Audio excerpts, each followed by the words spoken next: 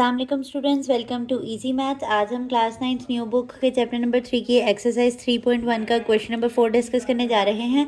Previous lectures में हमने इसके पहले 3 क्वेश्चंस को काफ़ी डिटेल में डिस्कस किया है और इस एक्सरसाइज से पहले जो सारी डेफिनेशंस थी बेसिक वो भी उससे रेलिवेंट भी मेरे चैनल पर सेपरेट वीडियोज़ अवेलेबल हैं। आप चाहें तो उनको एक दफ़ा विज़िट लाजमी करें ताकि आपको क्वेश्चंस की अंडरस्टैंडिंग में जो है वो आसानी हो। तो चलते हैं अपने क्वेश्चन नंबर 4 की स्टेटमेंट में। यहाँ पे कहा गया है, इज देयर एनी सेट, क्या कोई ऐसा सेट है which has no proper subset, जिसका कोई प्रॉपर सबसेट ना हो।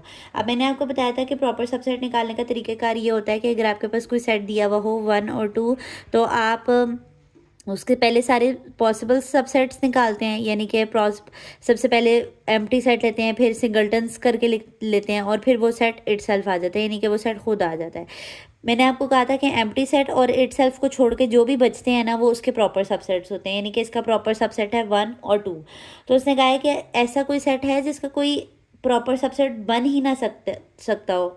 ठीक है, तो ऐसी सिचुएशन में क्या होता है, ऐसा कौन सा सेट है जिसका कोई प्रॉपर सबसेट नहीं बन सकता। तो ऐसा सेट एग्जिस्ट करता है जिसको हम कहते हैं एम्प्टी सेट। एम्प्टी सेट का कोई प्रॉपर सबसेट नहीं बन सकता है।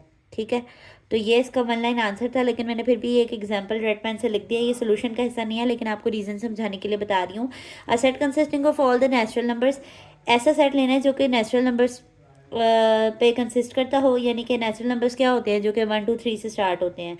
लाइंग बिटवीन 3 एंड 4, अब वो कह रहा है कि 3 और 4 के दरमियान बताएं कि कौन सा नेचुरल नंबर आता है।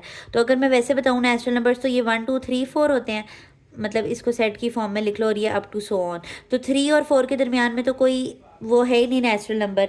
तो जब कोई नेचुरल नंबर नहीं है तो हम उसे कहेंगे कि वो एम्प्टी सेट है। तो फिर एम्प्टी सेट ही ऐसा सेट है जिसका कोई प्रॉपर सबसेट नहीं बन सकता। ठीक है, तो ये इसकी रीज़न थी।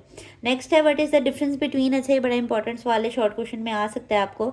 उसने कहा कि इस तरह लिखने में और इस तरह लिखने में क्या फ़र्क है। ये एक सेट है जिसके 2 एलिमेंट्स दिख रहे हैं। ठीक है, ये एक सेट है, जो आउटर ब्रैकेट है ना वो बता रही है कि ये एक सेट है जिसके अंदर एक सेट पड़ा हुआ है। तो अगर इसके एलिमेंट्स की बात करूं तो इसमें 2 एलिमेंट्स हैं। ये जो बाहर वाली ब्रैकेट है ये हमें ये इन्फॉर्मेशन दे रही है कि ये सेट एक एलिमेंट पे कंसिस्ट करता है और ये कंसिस्ट कौन से एक एलिमेंट पे करता है, वो सेट ए बी पे करता है। बस यही हमने बताना है इसको थ्योरेटिकल लिख कर कि ए बी, यानी ये जो पहला वाला है, is a set containing 2 elements, 2 elements हैं इसमें, ए और बी।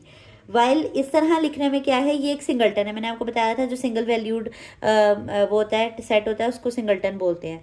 हैविंग ओनली 1 एलिमेंट, इसमें सिर्फ एक एलिमेंट पड़ा हुआ है ए बी, यानी कि बाहर वाली ब्रैकेट इसके सेट होने के बारे में बता रही है और अंदर जो है ये एज एन एलिमेंट पड़ा हुआ है। ठीक है, तो इसका एक ही एलिमेंट है, तो इसको हम क्या कहेंगे कि ये क्या है आपके पास सिंगलटन सेट है। तो ये आपने डिफरेंसेस के बारे में बताना था। उम्मीद करती हूँ आपको ये समझ आ गया होगा।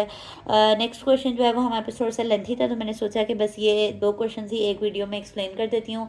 तो आपको अगर आपका हमारा वे ऑफ टीचिंग ईजी और प्रेजेंटेबल लगता है तो हमारी वीडियोज़ को लाइक कर दिया करें और चैनल को सब्सक्राइब कर दें ताकि हर नई आने वाली वीडियो आप तक आती रहे। अल्लाह हाफ़िज़।